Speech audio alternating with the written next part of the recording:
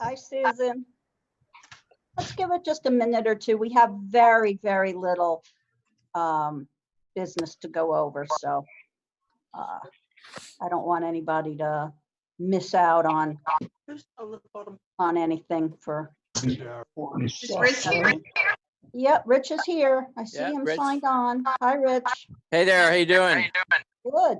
Hi, Oh, wait Rich. a minute. We have two Rich Lewises, so I'm not sure which one that is. Well, I'm on video. Rich is Hi, here. everybody.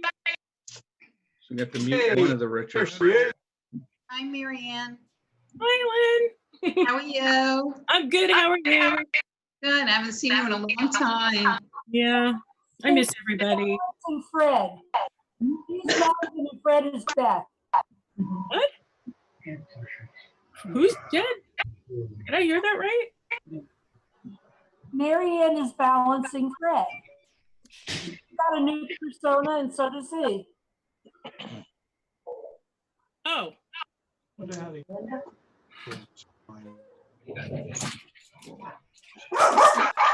I see what was that? Rich. What was that?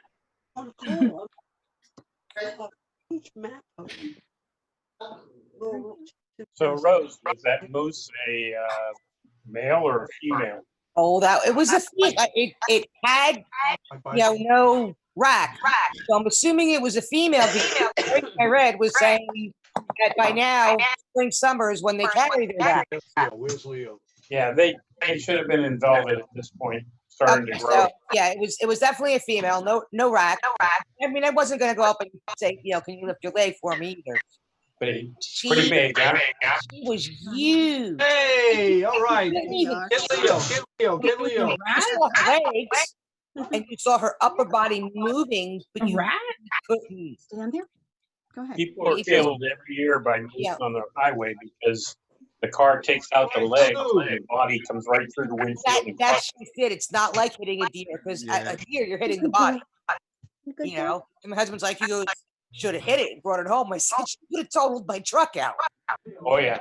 I mean, there's just no, I mean, it was amazing to see, especially with, the people that we talked to who are just like, yeah, you don't see them up here. Like, you don't see them. It's not, they're overhunted. It's a rare sighting. So Actually, ticks are killing off a lot of the moose. really? Yeah. Just sucking the blood out of them. Wow. They get anemic and die. Wow. Here he is. Deer, Okay.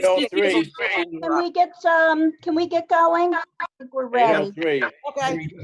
Yeah, let's get going. I'm going to mute everybody. Okay. Okay. Hi. All right. Welcome, everyone.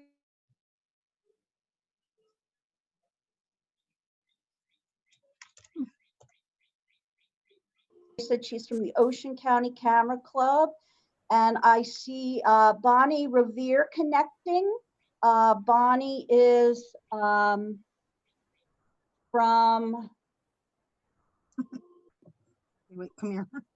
the boy. What's your Ron? I can't remember the name of the club, but it's the one that meets down in Medford.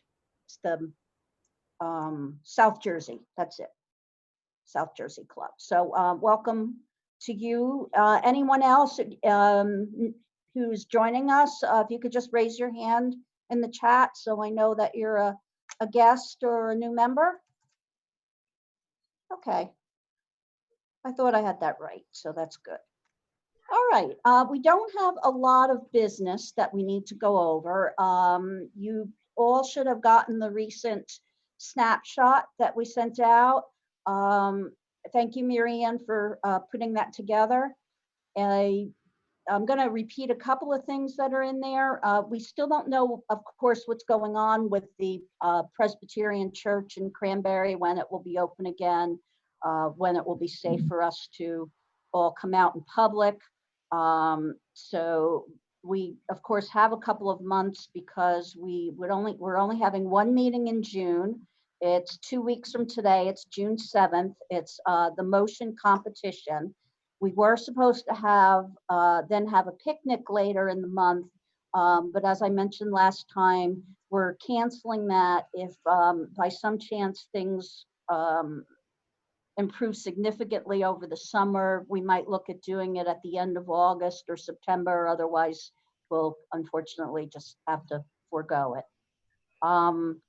So just a reminder, just remember the next competition is actually our next meeting. So you don't have 4 weeks, you have 2 weeks. And the subject of that competition is motion.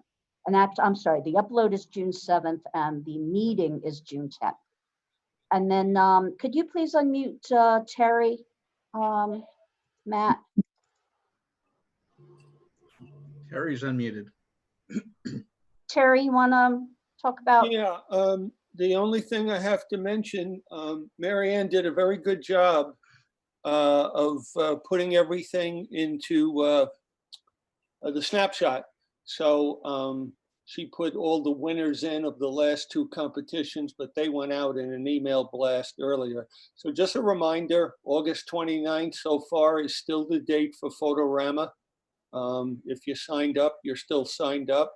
And that's about it from an NJFCC point of view.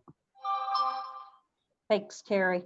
Now, we may or may not be back to the church in September, but even if we are cleared to go back, our first meeting in September on September 10th is going to be a Zoom meeting for certain. And the reason why is because our presenters are coming to us from Michigan. It's a gentleman named Steve Gettle. He and his wife, Nicole, are wonderful photographers. I met them at the New England Camera Conference, and they actually contacted us and said that they were doing free presentations, free Zoom presentations. So they're going to be doing at our September meeting a presentation called Light on the Land. That's going to talk about landscapes, both the broad landscape and the coming in close landscape, how to do it. We're actually going to be using their Zoom line, which has a lot more capacity. So we will be inviting other camera clubs to join us and enjoy that presentation. So we can look forward to that in September. If you look in the newsletter, we put in the link to Steve's website. He's got quite an extensive website, and you can learn a little bit more about him. Also point out to you in the newsletter, Valerie did a wonderful job with the field trip survey results. And there are charts at the end of the newsletter that Marianne put in that you can see how all of your fellow comrades answered questions that were put up to us. Matt, do you want to talk about gallery show? Yeah, we're supposed to be having a gallery show in September. If anybody's interested in putting in that, let me know, please. I've had several people email me about it, but that's about it. So it's going to be drop off on September 4th. Our opener will be September 6th, and then we'll have to clean up on September 25th. Granted, that depends on whether the building is actually open, but hopefully it will be by then. That's about all I have for the gallery show. And then Vicky's seminar, who knows when we'll get to do that. The library's still closed at the moment. I hope you've all been taking advantage of and getting all the emails that we've been sending out, but also that you're probably getting in your own inboxes about various virtual learning opportunities that there are. I know John and I have been taking advantage of a lot of them, and we've been sending out the ones that we hear about. So if you get something in your inbox that you think the rest of the club would be interested in, I've gotten things from Vicky, I've gotten things from Lynn, please send them my way, and we'll send them out in an email blast to the club. So I encourage you to continue to watch your email over the summer, and I'll remind you again next meeting, because we will send things out as they come up, and you know, as we know more about when we'll get back together for meeting and so forth. So I think that is it. Excellent. Give me Rich 1 second, Lewis. Debbie. I'm just about ready. Yeah. I'm I going to have start Rich's bio. killing people's videos off, and then we will start. If you Okay. want to, I have Rich's bio that I'll read. sounds good. All right, so Richard Lewis joins us tonight. Some of you may remember Richard. He did a wonderful presentation for us earlier in the year on the Pinelands and showed us many of his stunning photos of that area. And he is with us again tonight, this time as a judge. Rich has been a professional and fine art photographer since the 1970s with a passion for landscapes, abandoned buildings, and interesting people. He uses both a professional digital camera and an iPhone to create his work. Rich's inspiration comes from landscape painters and has developed a style he calls painting with a camera. This involves equal effort in both creating and post-processing an image. Rich is an active photography blogger, lecturer, instructor, and conducts workshops in the New Jersey Pine Barrens and other places to help photographers find their unique creative voice. And he has a website, richardlewisphotography.com. Okay, I think we are ready, Matt, to get started if Rich is ready. Let me find Rich and unmute him.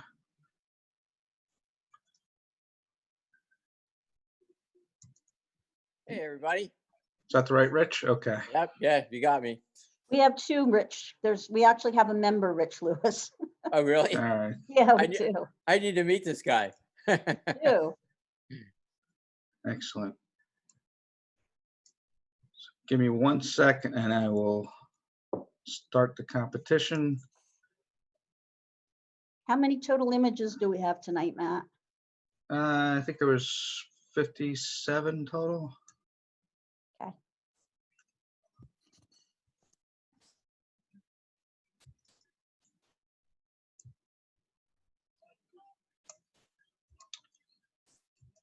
All right.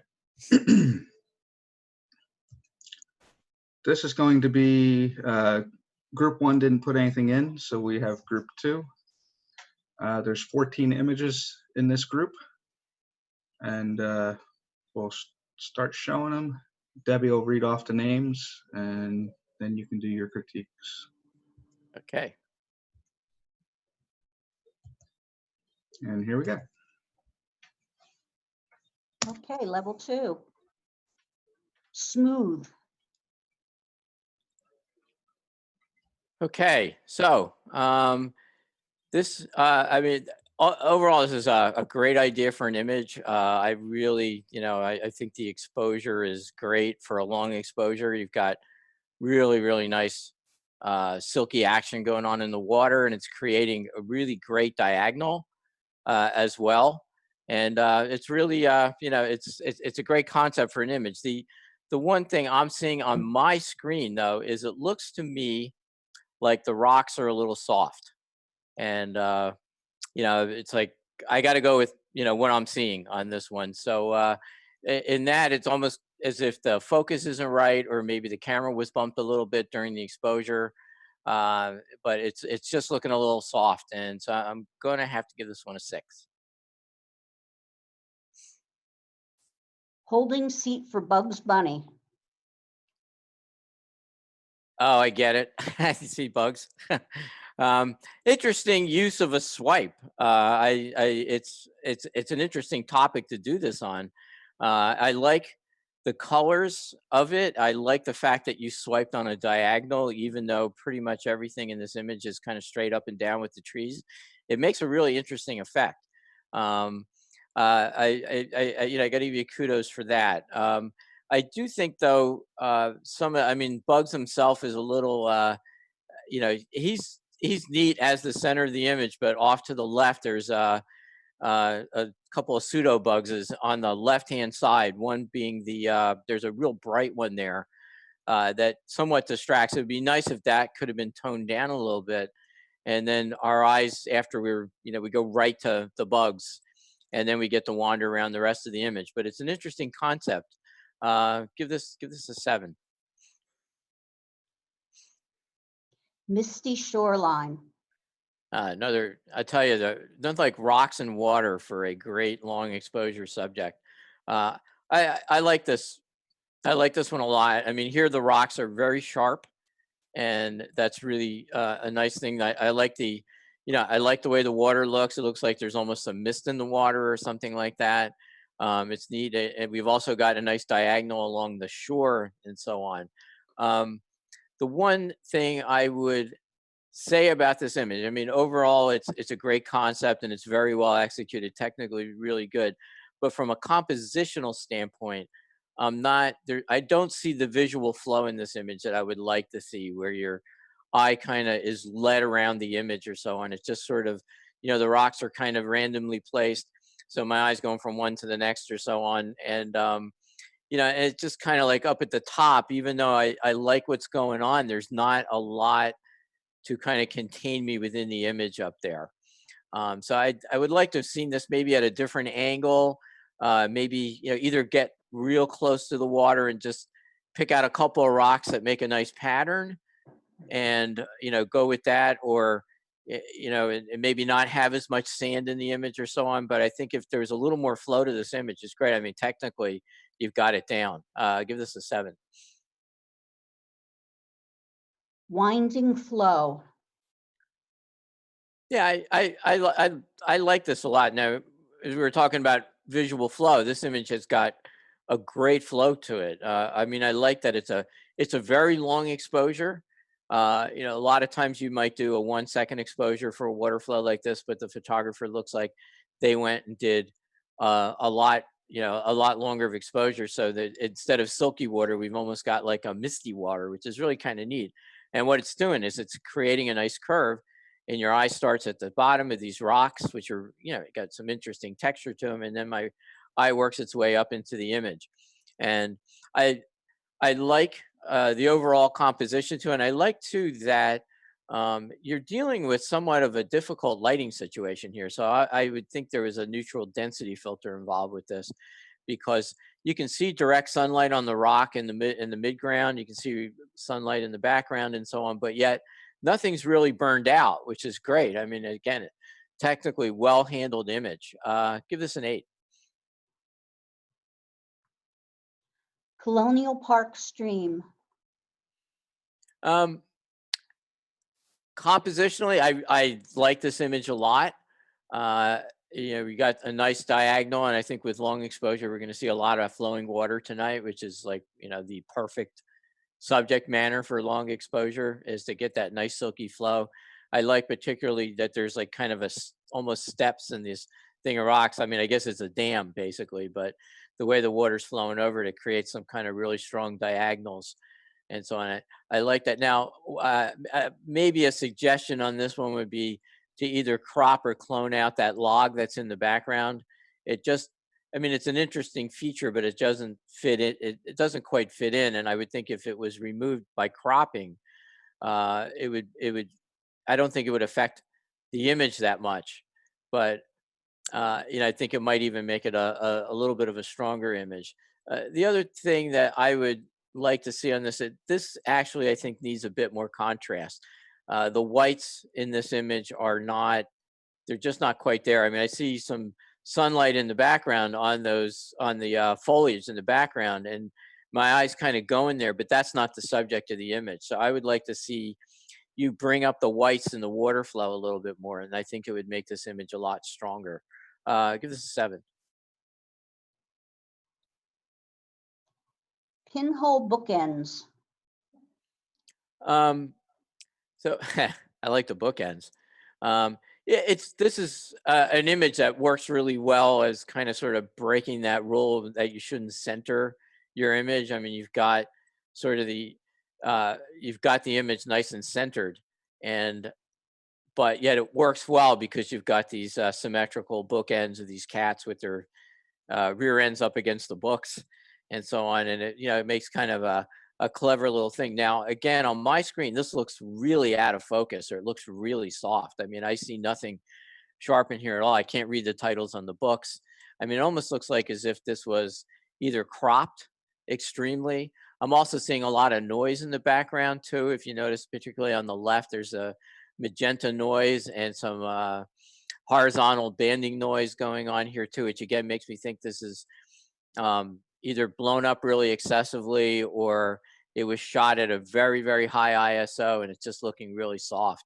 And as a result, I mean, it's a nice image, but I've got to give it a 6 because of the technical deformity in this image. Sand Gardens Fountain. Really, this is a really nice image. I mean, this is really interesting too. The way you've chosen the composition as having the bridge off to the side and then having the fountain off to the right. I think this is really neat image, really well composed. I like that it's like everything in this image kind of leads you to the fountain. And then the fountain itself is really spectacular. Just the way that you've got that ring of water around there and the fountain itself, it almost looks like a ghost fountain because you've got your exposure set to the point where it's almost like it's not water. It's almost like it's mist coming out of this thing. And I really like it. And you see all this movement there and yet everything else is static, which really just puts a lot of power into this image. I also like the way you handle the light here. Again, we've got a mix of sunlight and shadow, but yet there's not, you've got detail all the way through the shadow and detail all the way through your highlights. So it makes for, it makes for an interesting composition and it makes for, interesting technical execution of this. I'm not going to ding the photo on this, but, a couple of little things that might improve this image just a little bit is if you look all the way over on the right, there's a little triangle of a rock that's kind of almost as bright as the fountain. And that's something that could have been cloned out and handled. The other thing is that ring is getting a little too close to the edge, but not close enough that it's leading me out of the image. So maybe a little bit more substance on there might have been good too. But I mean, these are just really, really minor nitpicks. I'm gonna give this image a 9. Petunias. Okay, it's nice. Nice one. Nice zoom there. Long exposure zoom, giving you a nice pattern. Very interesting execution on this because you've got the one petunia that is completely not being zoomed, even though we're on Zoom, right? So, but it's and then everything else is. And then what happens when you do something like this with a long exposure and you're making your zoom lens go, it creates a bunch of leading lines, and it's doing exactly its job right here. It's leading you right into that one flower. Now, a couple of things I think that would improve this image is to the left of your subject flower, there's like a sort of an open area there. It's real dark. It's like obviously something that's, kind of a hole in the foliage there. And I would think to really, I mean, I don't know how the maker feels about something like this image, about doing this, but I would either clone or do something to kind of get more zoom in there. And if you were the kind of person that doesn't believe in cloning or doing anything like that to an image, then, doing everything in camera, then I would have found a position where that wasn't there. Because that's like the one thing that's kind of distracting me from what I would say is a very, very excellent image. I'll give this one an 8. Triple rocks. Okay, yeah, it's really interesting that we're getting a lot of rocks in the ocean, but yet every one has been completely different from each other. Yeah, it just the length of the exposure, the composition, and so on. It's really neat. So you guys are really being very creative with this. I really like the pattern of these rocks. I really like that they're you've got a nice triangle with the rocks. It's you've got 3 rocks, which is an odd number, which makes for a great composition. And everything. And I like that you didn't go like super long on the exposure here, because what it's doing is it's providing a lot of texture in the in the water, and because of the patterns, it's creating a nice flow in the image. I talked about visual flow in the other image. Here, just the way the water's flowing around the rocks, I'm just going right around. I'm starting at the first rock and I'm following the wave around to the second rock and the third rock and so on. And I think it's really nice. The only thing that I find a little bit troubling on this is it looks like the foreground rock is a little bit soft. And you know, again, I've got to go with what I'm seeing on my monitor. It looks like that's a little bit soft, and the rock on the right, all the way in the background, is nice and sharp. So here's something where your depth of field, I think, is really important on this. So I'm gonna give this one a 7. Frustration. Yeah, it's very frustrating being. I can feel the tension in this image.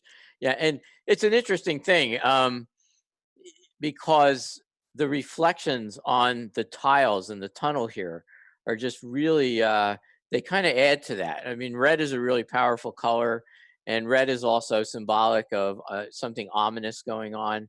And it's really so you really done a great job with this, and just kind of sort of, you know, what would normally be a grab shot, but really I think you put some thought in the way you set this up.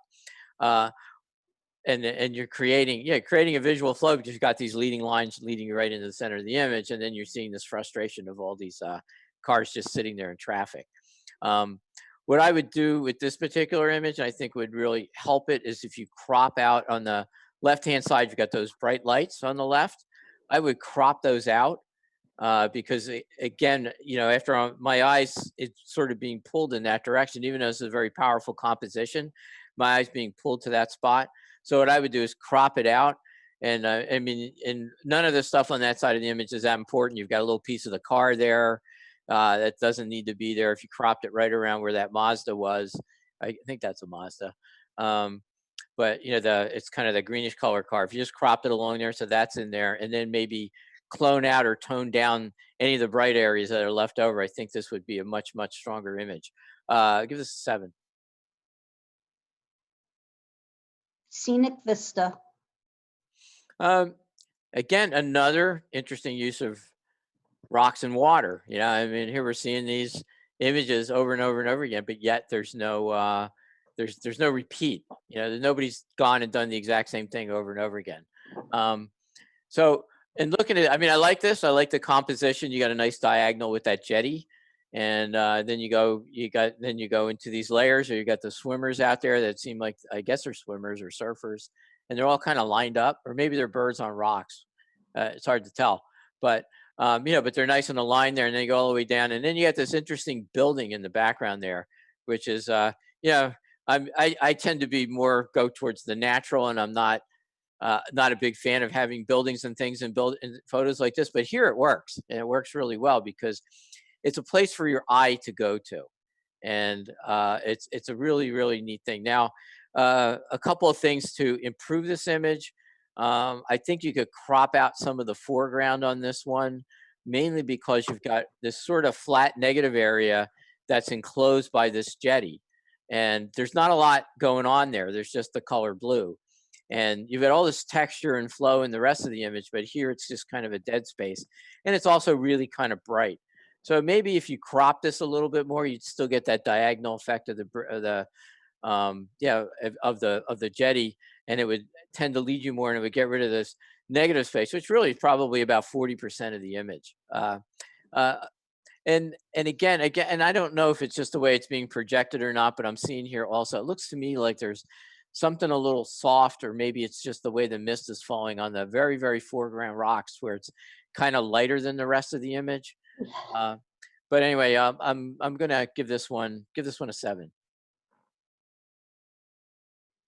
Feeding the basin. Nice composition here. You've got a nice curve that is leading you, you know, right at the bottom here. These, like this sort of rocky beach area. It's flowing right around into the waterfall itself, and then you've got a lot of other diagonals with the rocks in the background, and that kind of rock formation on the left that the water is flowing through. Makes for a neat composition that sort of just drags you right into the middle of this image, and it's really really nicely handled. Looks like there's good focus throughout. You're controlling your light really well.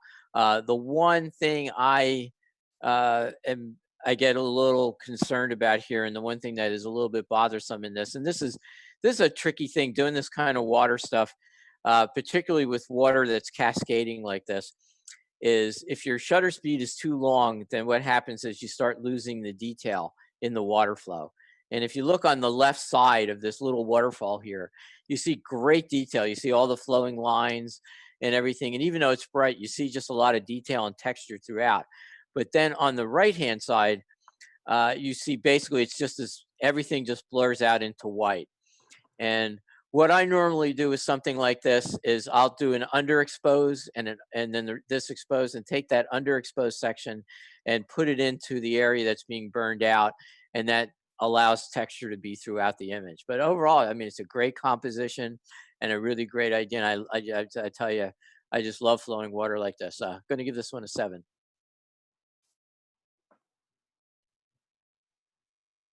Tunnel vision. Yeah. Okay. So I mean, I love car tails. You know, I mean, it's a really neat idea, and I like that the fact that you've got, looks like there's like one car going one way, maybe two, where you're seeing the tail lights, and then the headlights are coming at you, and they're not. Nothing is like too overpowering. Sometimes when you have headlights and taillights like this, the headlights can just overpower the taillights, and here you've got a nice balance going on with this. And I liked it. It looks like it might have been wet too, because you can see sort of water splashing and the reflection of the headlights in the water and everything. And I like, again, the triangle in the foreground here where you're standing, you know, taking your life in your hands, hopefully not by standing out in the road like this, but you got the car, you know, it's a lot of curves, and it sort of just leads you right into the tunnel. So again, I'm, you know, and I'm wondering if this is a computer issue for the way I'm seeing it, but it looks to me like the background is out of focus and the foreground is nice and sharp. You know, where that triangle of those double yellow lines are, looks really nice and sharp with me, but yet when I get to the bridge, it's starting to look really soft and lacking in contrast. And the same thing, there's like that foliage off to the left that may be moving, which is why it looks a little soft, but there just looks like there's a little softness back there that could be sharpened up a little bit. And the other thing, just as a little nitpick, is in the background, you've got wires and all these other things going on. That might have been good to be toning that down a little bit, because those little things, even though they're minor, they don't add a lot to the image. I'm going to give this one a 7.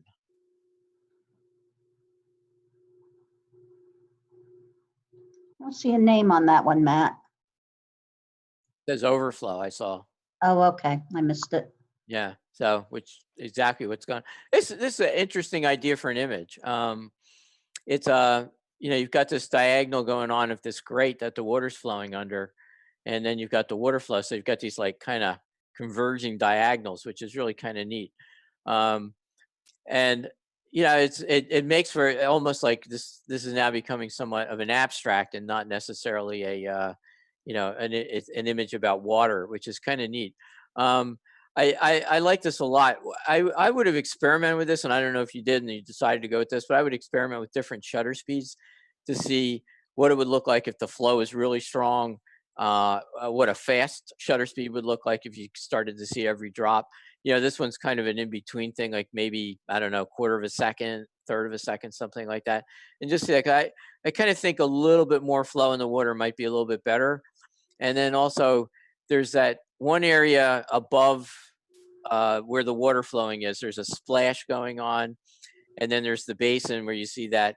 Somehow I think moving your composition or something, that part of the image doesn't really do a lot. Maybe if you cropped off some of the top, it might lessen the effect of that. But you know, I would like to see that if you can go back to this, I definitely would recommend experimenting with different shutter speeds and see what you come up with. Give this a 7.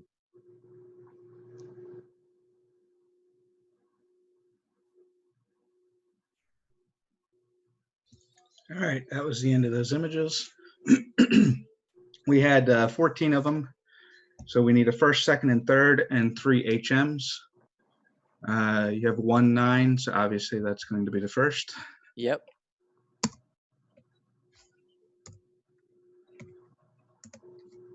All right, and then you have 2 8s. So we need a second and third from these.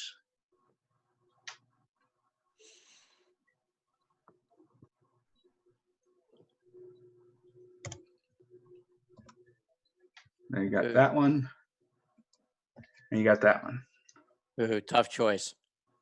I hate it when they're so different from each other, you know, because it's like either one of these could be, you know, could be a winner. But I'm going to go with this one, Winding Flow, for the second place, and Okay. the Zoomed Flowers to be the third place. All right. Now the tough thing. You have 9 7s and you need 3 HMs. 3 HMs. Okay.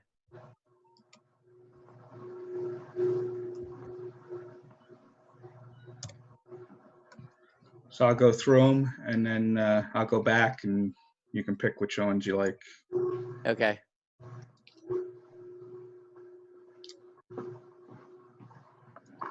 Number 9, go back this way again. Yep. All right. The previous one, the little waterfall, I'll give that one an honorable mention. Feeding basin, okay. And let's go with this one for an honorable mention, the 3 rocks. 3 rocks, okay. Yeah. And then, the third one will be the last image, the one with the grate and the water flowing underneath it. I think that was called Overflow. That direction, okay. Yeah. Excellent. Honorable mention. All right. And now we'll review them. Get rid of this.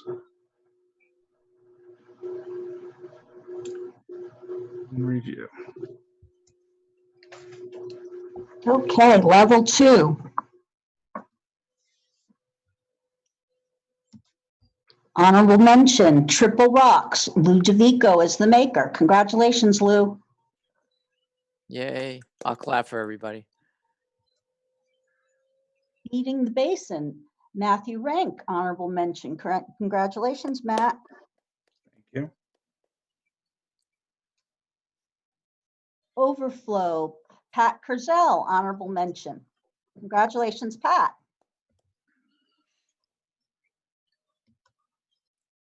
And third place goes to Ella Bohm. Congratulations, Ella. Petunias. And second place goes to Matt Rank again, Winding Flow. All right. Usually we do a break in the middle, but we'll do a break after group 3, I guess. Since there is no middle per se. So just go back to here. All right, you have 29 images. Okay. There's going to be a first, second, third, and 6 HMs out of this. Okay. And here we go.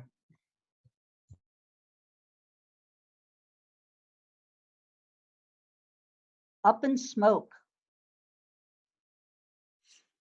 Okay. Interesting. Really interesting topic. I mean, really interesting idea is I like the way you've handled the fire in this. I mean, fire is a real tough thing to photograph because, it can get easily burned out or it can easily look too much. I mean, it's great. And, but this is an interesting composition and I can see, I don't know, something's going on because I can see it, the image going into focus and out of focus. And I'm not exactly sure whether it's my internet connection or what. So I'm just going to think that this image is in focus. The one thing I'll tell you that really puts this thing over the top for me is the little bit of smoke in the background. I think the way I do things, I probably would have overdone that. And I think you chose to just make it this little subtle thing. And what it does is add this like little sexy curve into the image.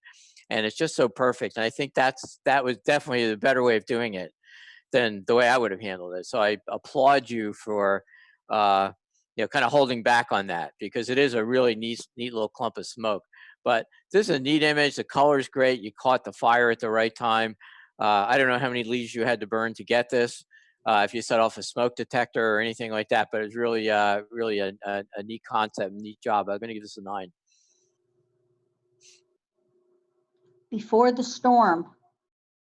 Did we see this image before, or is this a different? It's a different version. Okay, looks like the same rocks, But anyway, neat. Again, you know what I said about the other image. I like the 3 rocks. I like the placement of it. I like the flow of this image. I like the wave in the background. I love that little kind of curvy wave coming across the beach. The fact that you don't actually see the beach, you actually see some nice little lines going across there. Really nicely handled. Really nicely done. Great composition. Little thing that might improve, that one rock that's in the background that's just going off to the left there, about a quarter of the way down from the top. I would probably want to, I would have cloned that one out or composed it in a way so it wasn't there. It's kind of a little bit of thing that kind of leads you out in the image. And then I just checked, it's not on my monitor, but if you look all the way in the back at the top, right where the waves transition into the blue water, there's a little spot there. And it looks to me like it may just be a sensor spot or just something on there. But, you know, that could be cloned out easily. But, yeah, it's a nice image. I'm going to give this a 7.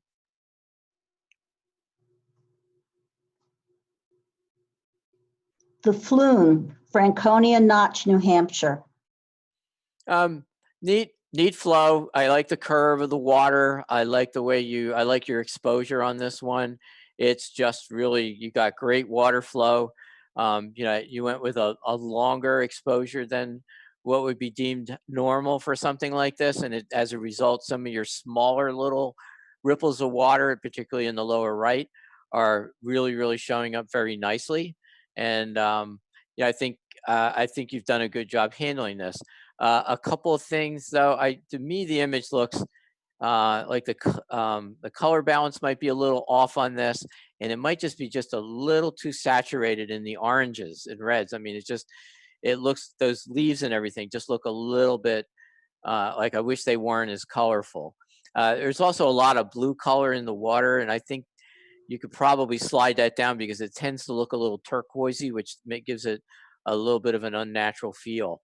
The other thing is in the foreground, there's a little bit of a rock showing and it's kind of bright. Now, a crop would have gotten rid of that. Particularly, it also would have gotten rid of the little patch of bubbles that are down there at the bottom. They're a little bit bright and they tend to kind of, when you start there at the image, it's kind of like a way to distract yourself out. So I think a crop on that, or toning down or cloning out those little foreground elements there, would really, really help this image quite a bit. Give this a 7.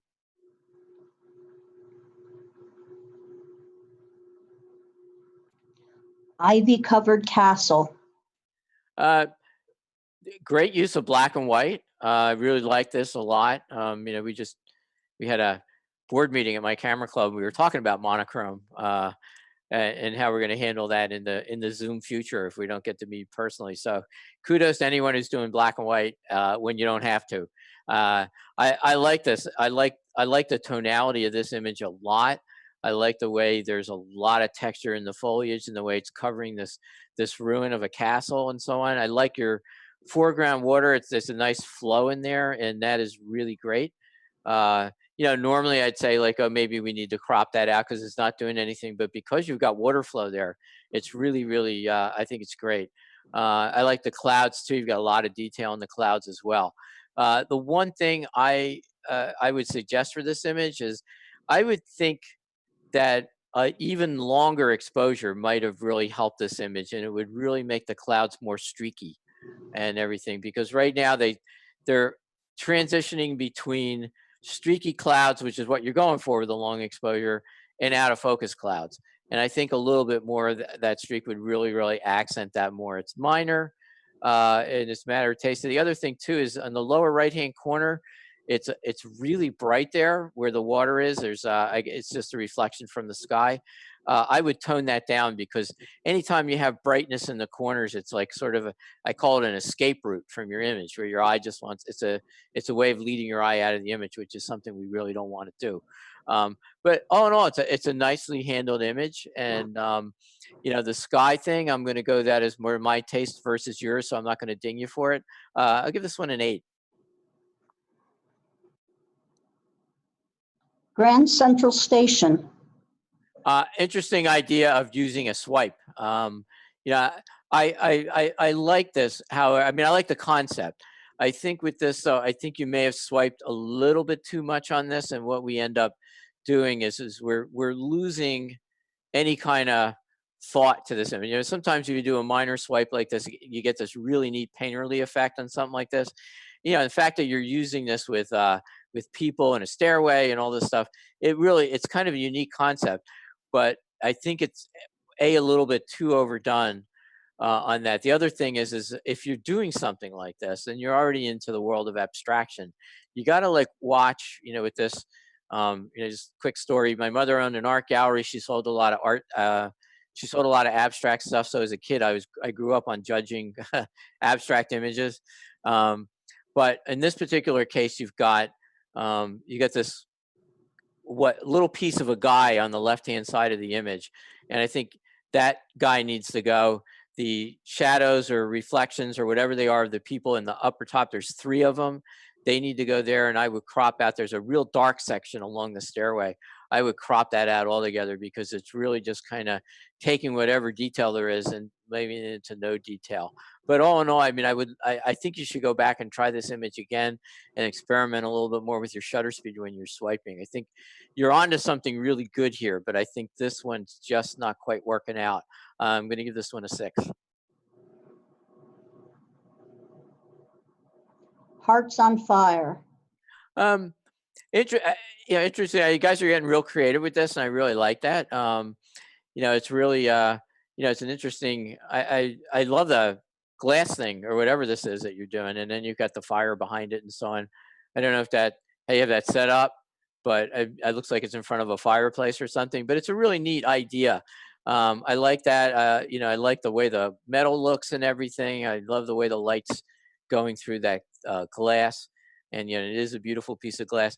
The one thing I said before about fire is, you know, you can overexpose it or you can underexpose it, and it's hard to get it right. The fire in this background is just, I think, a little bit too. There's just too much exposure back there, and what's happening is some of the bright areas of the fire are just getting real white, and there's just no detail in them at all. So I think you've got to this is another one which reshoot might be really helpful on this to try and get that fire just right. Uh, I mean, it's a great concept. I'm going to give this one a 7. The Golden Gate. This is really an amazing composition, and you know, the Golden Gate Bridge is one of those things that is just, you know, over photographed, and so you've got to find a way of doing an image like this that is just different, and this one is different. I mean, I think I've seen this chain fence before used in a composition, but not like this, and I really like this a lot. A couple of things. I mean, I love the texture, I love the color, I love what you did, the way you toned it. It's kind of color. I was kind of monochrome, but not monochrome. You know, I love the way the light's coming in from under the bridge.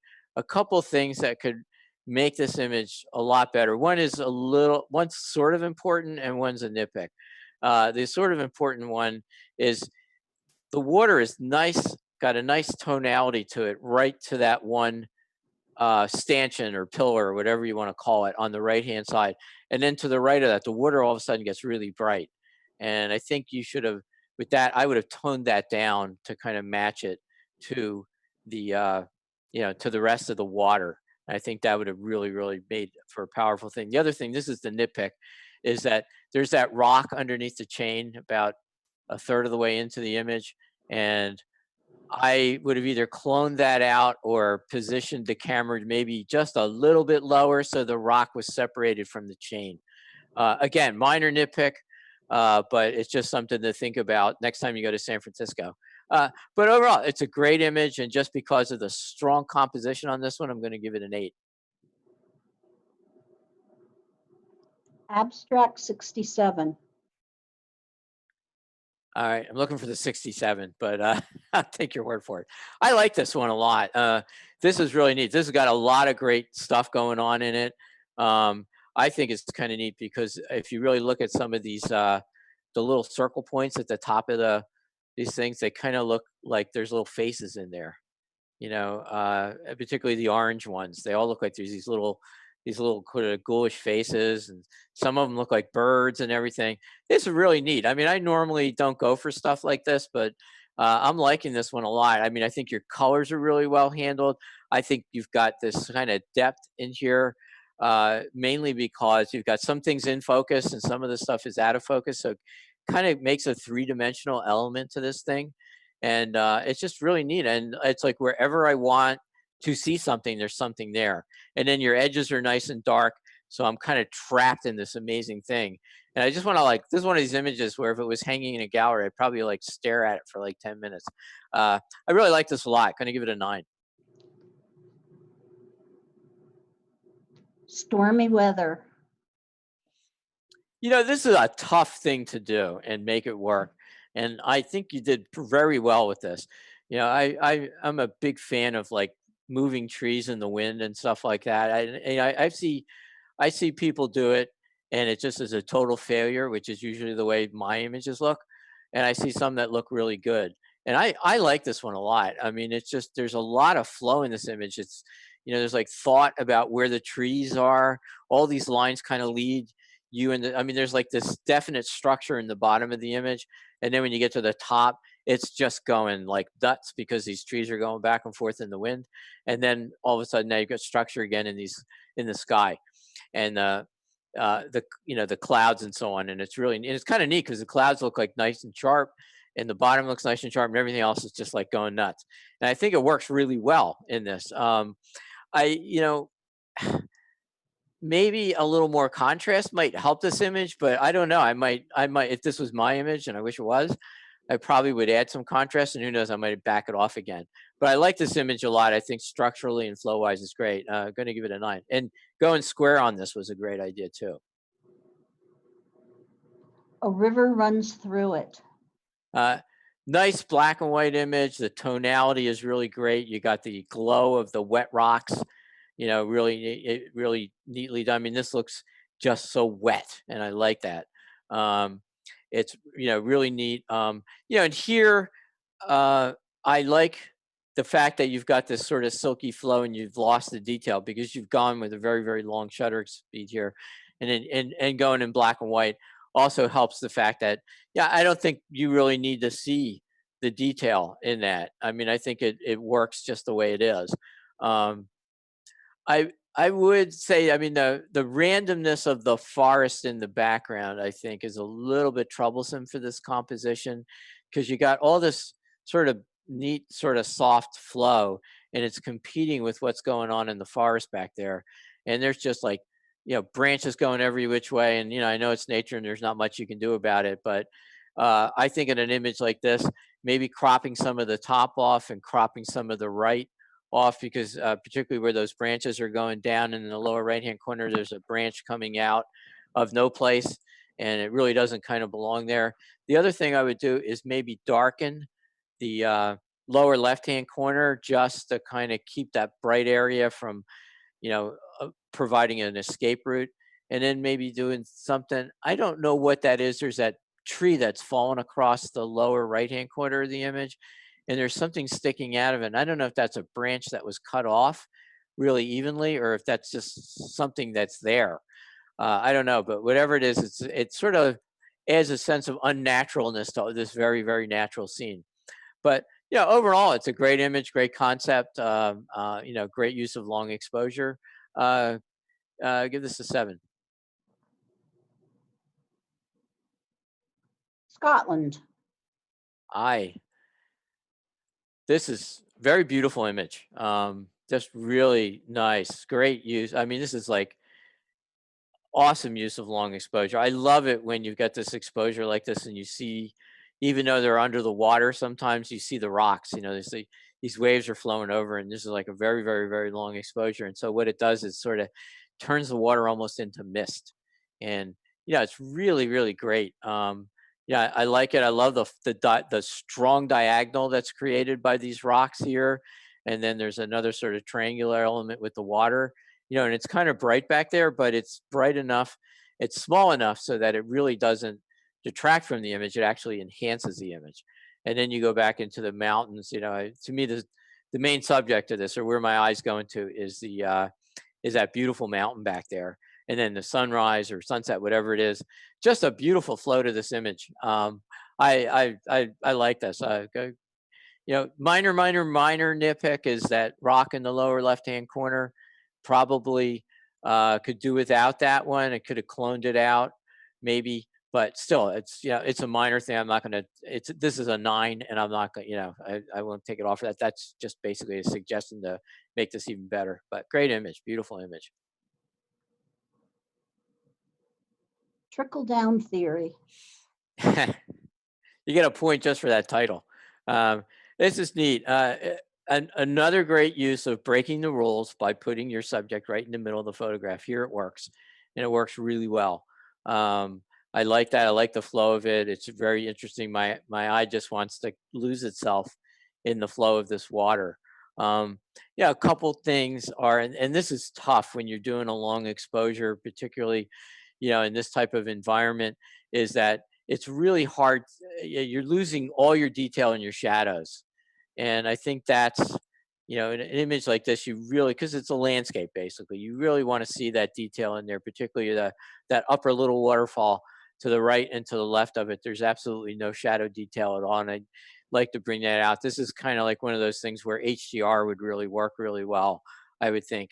And then also on the upper right, there's looks like a pathway with a guardrail. And something like that either needs to be all the way in the image or not in the image at all. So something like that, I mean, it'd be hard. You'd have to reposition yourself in order to shoot this and make the composition work and not have it in there. So this would be something you might want to consider cloning out or something. And then I think that little patch of sky up there, I think if you crop that a little bit lower so that the patch of sky wasn't there completely, I think it tends to compete a little bit with the water. And I think if you crop that, I think it would solve that problem completely. But overall, I mean, really nice image. Give it a 7. Got it. Interesting firework. I like the guy, the silhouette of the guy in there. It really adds sort of it adds a story to an image as opposed to it just being fireworks. And it's neat. And what I get from this is not that it's about the fireworks. It's really an abstract image. And because it's just so much going on here. I don't know if these are multiple exposures or this was just, the finale and all this stuff's going on at one time. I have no idea how you did it. I don't really care, but I think you did a really good job of this. And I like the way it's composed. I like, it's just really nice image, and it's not your typical firework image, which gives it a great deal of creativity. So very nicely done. I'll give this an 8. Raging waters. Nice flow of this image. I mean, this is great. It's all about the water. You're really basically minimalizing, the landscape around it, but you have this water framed really, really nicely with the rocks, and I like that a lot. And I like the fact that you didn't, I've seen people shoot areas like this where the water has this kind of brownish color to it, and then I've seen resulting photograph where people just like desaturate that because it's not right by the way they say. But this is the way this water looked, and I've seen water like this, so it's nice that I'm glad you kept it in there, and you didn't overdo it and you didn't underdo it. So it's really, really nicely done. This is just, a beautifully structured, beautifully composed, and executed image. Give this an 8. Zooming. So are you guys doing all these Zooms because of we're meeting on Zoom and that inspired you? Nah, seriously, interesting idea. I like this. This is not your typical Zoom image, and it's really nicely handled. Your flowers are nice, and they're there. You can see that they're flowers, and in the Zoom part of them, you see that around there, and it's just really nice. It's almost like I call this like exploding flowers almost. It's really neat. I like that. The vase, I'm not so sure about. Something like this, I may have wanted to do a double exposure where you have that and then just shoot the vase sharp and put the vase in there. What's happening with the vase is not as nicely structured as what's going on with the flowers on top. So Yeah, I would rethink this image a little bit with that, but all in all, great concept, really nicely done, and just for the creative aspect itself, I'll give this an 8. Look who's talking 3. I'm assuming it's the same photographer with the other one. Somewhere along the way, if we were having a live meeting, I'd make you explain these titles to me because I'm not getting the titles, but I don't really care. Another great image. I like this one a lot. It's a little more. I mean, I don't want to say typical because it's not typical, but the composition of it's a little more typical because you've got everything going into the center, and that's by no means a knock to the image anyway at all. But yeah, it's neatly handled, and I'd like to know even what these things are because they're really kind of cool. With something like this, though, I'd like to play with this one just a little bit more. There's a couple of little things here and there, little dark areas. Towards the center dark area is not a problem, but some of the ones around there, I would like either clone or do something to kind of fill them in a little bit, just so that the one dark area is on the edges of the image and then right in the middle. I think it would make this thing, it's a great image, would make it even stronger. Give this an 8. Raw power. So I don't know if all you guys were photographing the same rock or not, but if these same 3 rocks, I don't even know if they are the same 3 rocks, but I'll give you kudos for none of these images look the same, which is great. I like this. I like this kind of crashing water thing. It really works really well. I like the wave in the background. I like, I like your positioning of the rocks and so on. Very nicely done.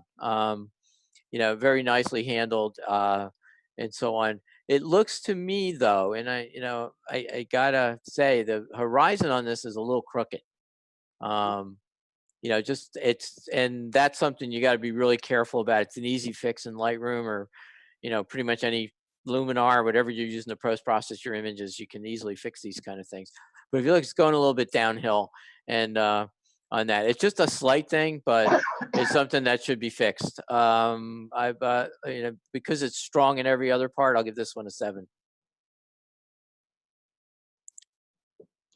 Along the Kank, Lower Falls, New Hampshire. Right, neat. Kudos for people who don't go for the big giant waterfall, and just find these little intimate little spaces amongst the rock where the waters are flowing really nicely. Um, I really like this a lot just for that reason. Um, it's just nicely done, and it's simple and everything, and it's a nicely handled. I like the coloring on it.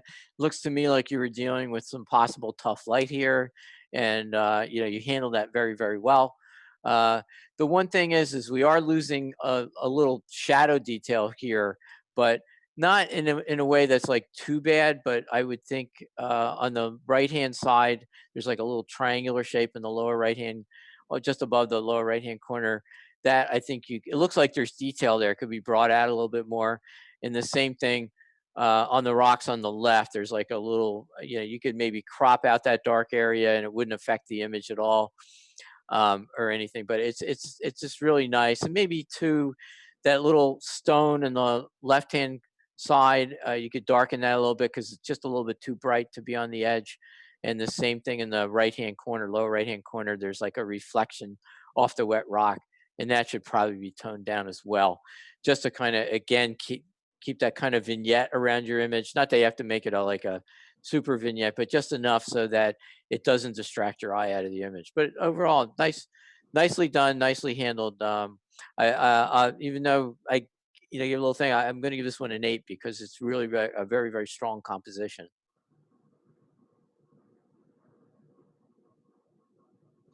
Castle on the Hill. Interesting idea. I mean, the fact that it's this castle, but really it's just how the castle fits in the environment. I really like the castle a lot. I like your foreground water too. That kind of flow there. It's kind of neat. The one thing though on this is I think your middle ground is where this image kind of suffers a little bit, in the fact, I mean, it's just sort of, it's a sort of, I don't know if this is, the Scotland landscape, which tends to be like this. And when you go black and white, you're losing any kind of color advantage that you could have with something here. But I think you need to do something with this mid-ground. Either have lowered the camera a little bit more so you don't have as much mid-ground, or try to work more texture into it, because you've got this drama on the horizon, you've got this drama in the foreground, and in the middle there's just not as much drama to kind of keep the image going. There's also that dark area and that kind of slab of rock on the left.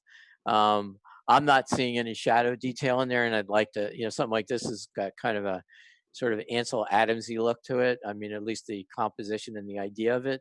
So I'd like to see, really, really good detail all the way throughout this image. Give this a 7. New Hope Falls. New Hope Falls. Yeah, another little nice, intimate little scene here. Not going for the big giant waterfall, everybody, heading up to the big waterfalls in the Delaware Water Gap or wherever, but, just doing something nice, little intimate space on this. Now here, there's definitely a contrast issue here. The rock in the background, the big rock in the background, just to the left of where the little waterfall is, it's got absolutely no shadow detail at all. And that's a huge part of this image, and it really needs to have something in it. And then with this, I think your shutter speed was just a little too short. I would like to have seen a little bit longer of a shutter speed on this, because then you would get a bit more flow into this image. Because what we have now is, between the texture of the rocks and all the texture that's in this water, it becomes somewhat overwhelming to look at, and so on. A couple other things too. You've got those little bubbles to the right. Maybe, I mean, if this was a long exposure, they would end up being streaks, or they would go away. But as the way they are, they're kind of should probably be cloned out or something. But anyway, it's a shame. It's a nice idea, but I think it needs a bit more work to it. I give this a 6.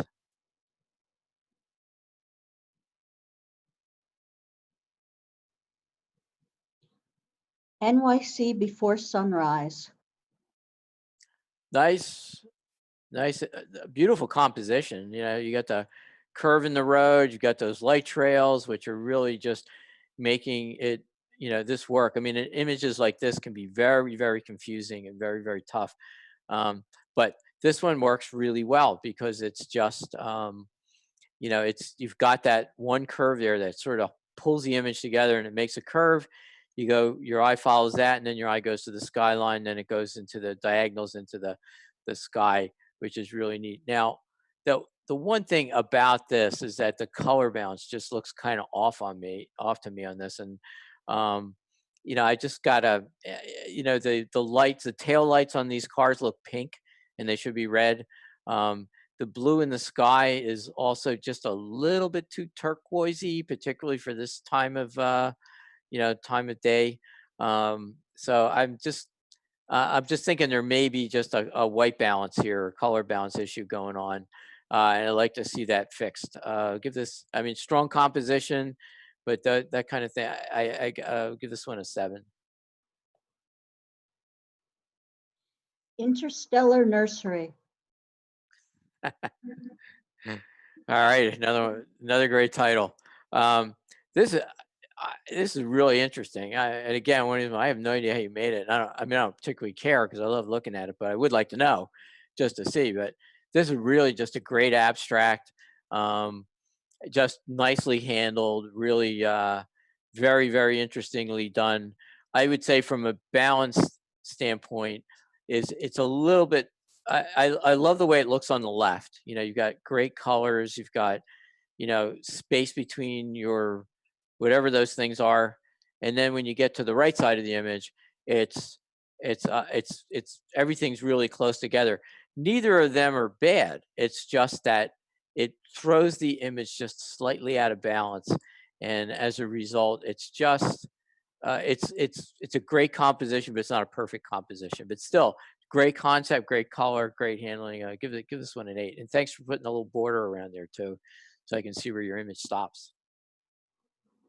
Blowing in the Wind. Interesting.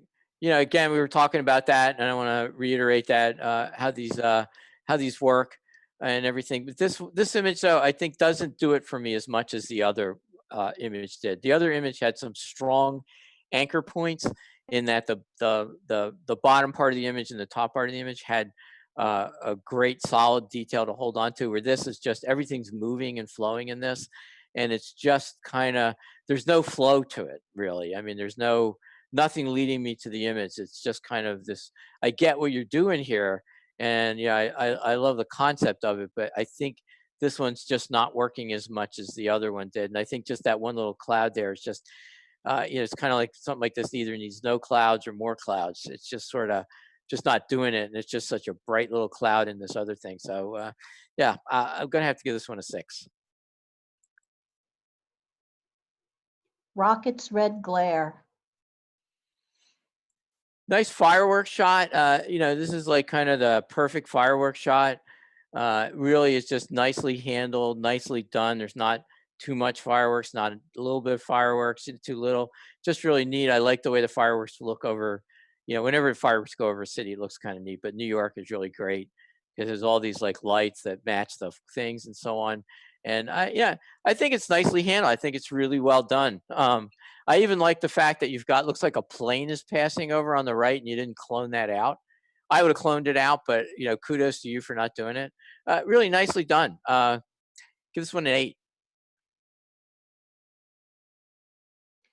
Full moon rising. This is one I would never ding anybody for this, but this is one, like when you have a dark image like this, put it in a border around the edge like that, it's really great because it helps the judge figure out where the image stops and where the background begins and so on. But I can kind of see how this works and everything. And yeah, it's neat. I like this. I've seen so many of these images where people put the moon on top of the Statue of Liberty, behind the Statue of Liberty and everything. This is kind of a neat little thing. It has much more of a natural look to it. And I like the flow of the moon to the moon to the statue and everything. I would think that you could probably crop the bottom part of this image off, because either you have to enhance the lights down there, or you have to there's just not enough going on. And I think if you cropped it right at the base of the statue, I think you would have a really strong thing, because then it would be all about the relationship between the statue and the moon. But really nicely handled. I'll give this one an 8. 3 rocks in the rapids. Say that 5 times fast, right? Yeah. Nice. I like this. It's all about diagonals with this image, and I like this a lot. I think it's really well handled. I like the flow of it and everything. I love the way the texture works through this image, but in the upper right hand corner, we're starting to lose that texture a little bit, and I think doing something selectively with a detail slider or something like that, whether you're using Lightroom or Photoshop, some way to kind of bring the details out of that a little bit, I think would really, really make this image even stronger. But it's really nicely done. Nice composition. Give this one an 8. Falls at night. Interesting idea. I'm assuming this is Niagara Falls. I love that you're like, man, you're right on that foreground, little flow of water there, and the colors and so on. It's just really cool. And then you've got all the other colors in the background. And I like that they're soft like that. It's kind of neat. I like this a lot. One little thing would be on this as a suggestion would be maybe if you backed up just a little bit more and got some more dark above that red waterfall in the background, because it's just going right up to the top of the image. Now your border really solves any kind of, it's keeping my eye from escaping out of the image. So that's a good thing. But just something like that would be, I think, just make this image even better. But kudos for you for doing it this way and making something a little bit different. Really, really nicely done. Give this an 8. Memories of the past. Interesting idea. It looks like there's like almost a, I don't know if there's like a double exposure here or what, but it's a really interesting idea of doing something with, photographing these fireworks. It almost looks like you're a little too close to them, almost like you're underneath them, it should be a little concerning for me, having an expensive camera underneath things that are exploding. But, neat idea and a neat sort of way of taking this, this concept of fireworks and turning it into an abstract. Someone else did that. I don't know if this is the same photographer or not, but really, really nicely done. A little bit of a thing on this would be, you have that darkness in the lower left-hand corner. I would have probably taken some of those streaky, flary things on the lower right and just copied them and put them over there on the lower left, and just kind of, it would even out the composition a little bit better, but it's a minor thing. This thing is just great the way it is. Give this an 8. Wakena Falls. This is almost a minimalist image, really, when you think about it. You know, it's just really, there's not a lot going on here. There's not trees. There's not, you know, I made a comment before about the nature. You know, there's like too much nature in the background because of the randomness of the trees. And so on here, you've just got this really even waterfall. Knocking it off center the way you did, I think, is a great idea, because you've got all these things in the rocks on the right that are leading you right into the waterfall, which is really neat. And the fact that you covered up the where it's splashing down with that rock in the foreground, I think that's actually a good decision on that. But you know, if you're doing that though, you do have a little bit of it on the right, to the right of that rock, a little bit of that. I would probably want to either get rid of that or tone that down a little bit. Minor thing, but yeah, really neat, really nicely done. Give this one a 9. It's really nice.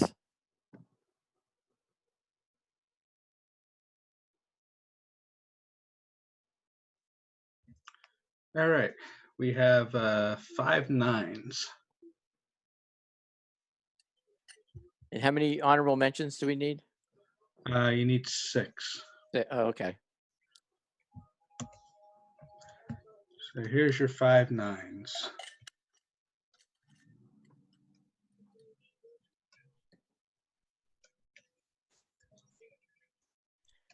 Okay, so this I got to do first, second, and third, and 2 honorable mentions, right?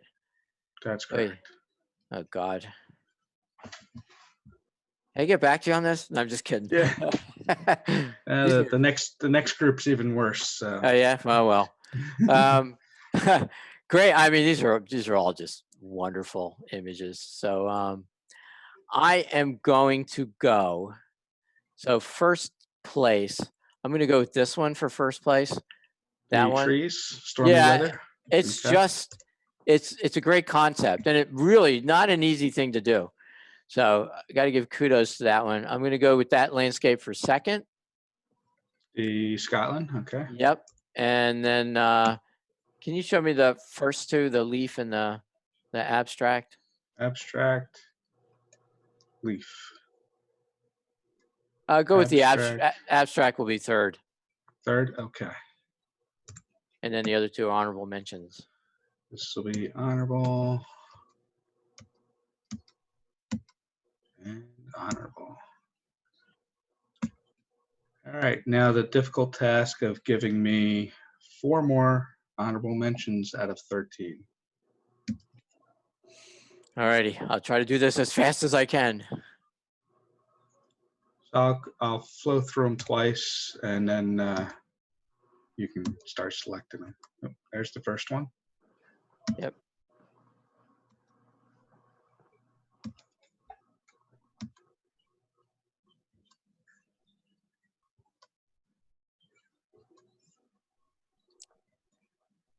Okay, how many honorable mentions do I need? 5 more? You need 4 more. 4 more. Okay. Now we're going back the other direction. Yeah.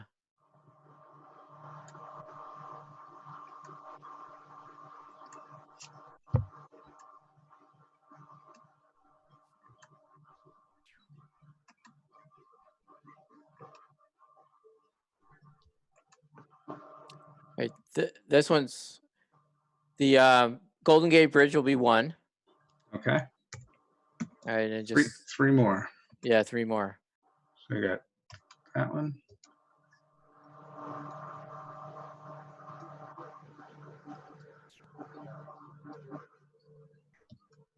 Let's go with this one. The nursery. Yeah, Interstellar Nursery. Okay.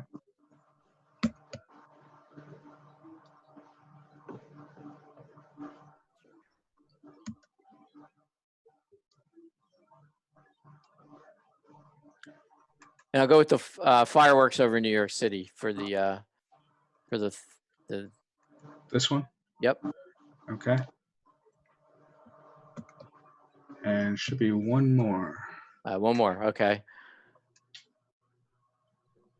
Let's go with Niagara Falls. The one with the neon, the This one? LED lights. This one, yeah. Falls at night. Okay.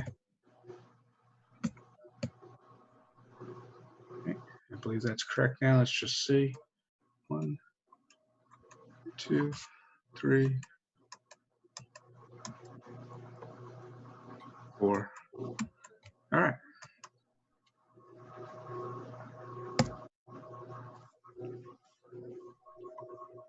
We'll review the contest now, and then we will take a 5-minute breather.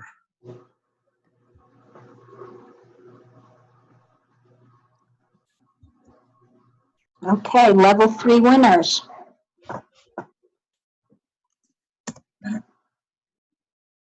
Honorable mention, Up in Smoke, Valerie Williams. Congratulations. Eh, The Golden Gate, Francisco Gomez. Honorable mention. Congratulations, Francisco. Interstellar Nursery, John Aniano. Honorable mention. Rockets Red Glare, Rose Scudari. Honorable mention. Congratulations, Rose. Falls at Night, Stan Pepka. Honorable mention. Congratulations, Stan. Wakena Falls, John Sandstedt. Honorable mentions. Congratulations, John. Third place, Abstract 67, John Aniano. Second place, Scotland, Fred Appelian. Congratulations, Fred. Excellent. I'll unmute everybody. We're going to take a 5-minute break. If anybody needs to get a drink or use the bathroom. And if anybody has a question or anything like that for me, Or I'm happy to questions. answer. Yeah. Everybody's unmuted. I think that maybe Sir Paul.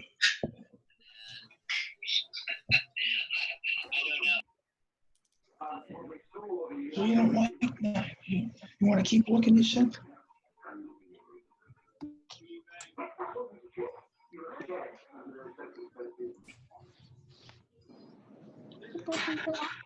You don't look at that. No, I like them that way.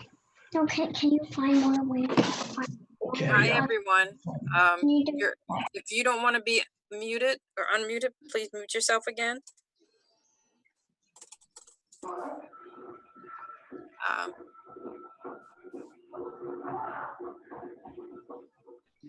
Phone charger, if you need it, you can take it.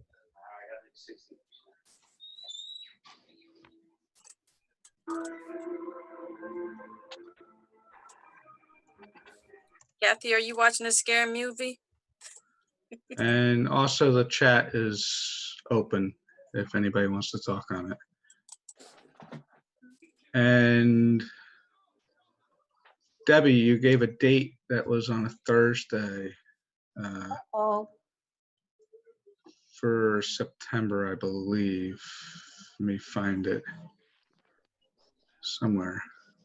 for Yeah, September 10th. That's a Thursday. So pick another day. That's a Wednesday. It would be the 9th then. Okay. I'll make sure that it's what I have with them. I'll do that right now. So John, what was the 67 in your image? Oh, nothing. I just picked something out of the hat. Okay, so it's just a name. I must have taken 300 pictures, and that just happened to be one that I picked. So And what were you doing to make that one? Christmas lights. They're just Christmas lights. Okay. Were you hand And holding one of the them I camera then, zoomed, or? changed the focus, and the other one, I guess the third place award one, I held the camera, change the focus and jiggle the camera as I rotated. I actually rotated the camera by holding the lens. So that's how I did it. Cool. Very nice. Yeah, nicely And a done. lot of Nick and Topaz.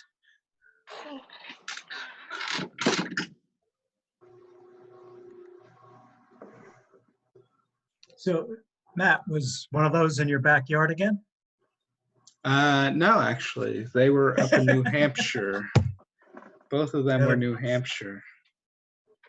I may or may not have left the state recently, and that's where they came from. Okay. Was it essential business? It was, according to the hotel that I stayed at, because that was the only way I could stay. It's such bull. We'll never tell. They asked me what I did for work, and luckily I said construction, because she was flipping out. But it was also 1 a.m., so she wasn't going to turn me away, because she knew I couldn't make it to New Jersey from there at 1 in the morning. Hmm.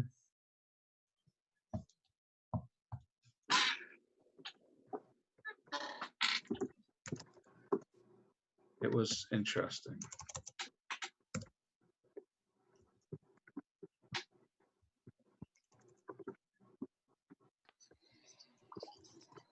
Rich is Valerie. I was the one with the burning leaf. And yes, I burned a lot of leaves.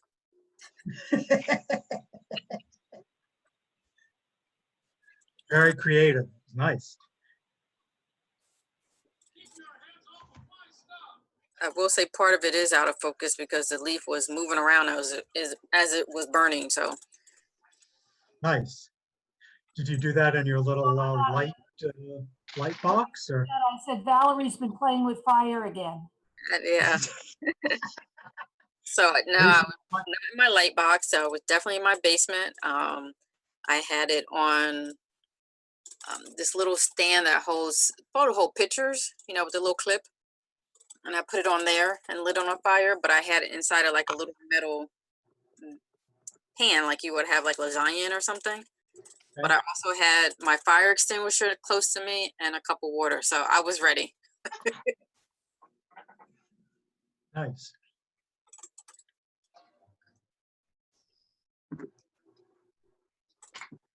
I like these competitions. It forces you to think outside the box. So. Exactly. If you're burning things in your house, make sure you're well prepared to put it out.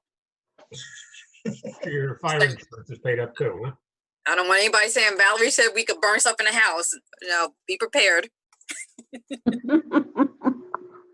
Valerie, at least you're not playing with bullets like you did on one photo, remember? Yeah, but they were out of the gun, so it doesn't count.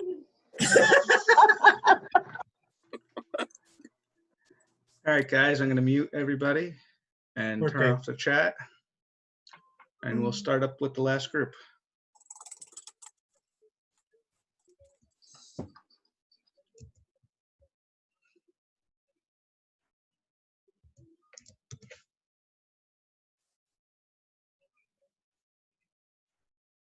Rich, you should be unmuted.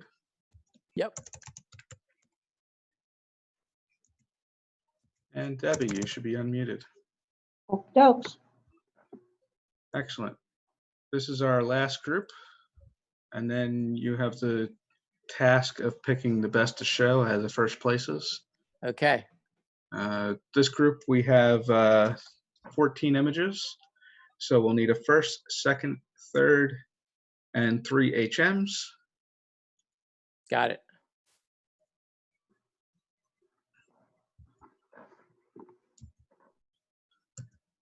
And here we go.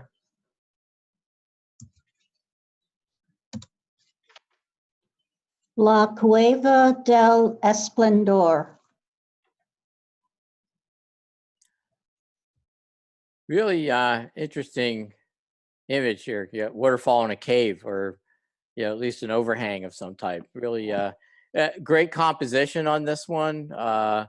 Really nicely handled. I like the exposure on this, even though there's no detail in in the water. I don't think it really needs to be, because the way the light's hitting everything, it just sort of enhances the entire scene. Really, really nicely done. A lot of great detail throughout. Love the texture in the foreground rocks. Love the placement of this. Just really, really nice. Give this one a 9.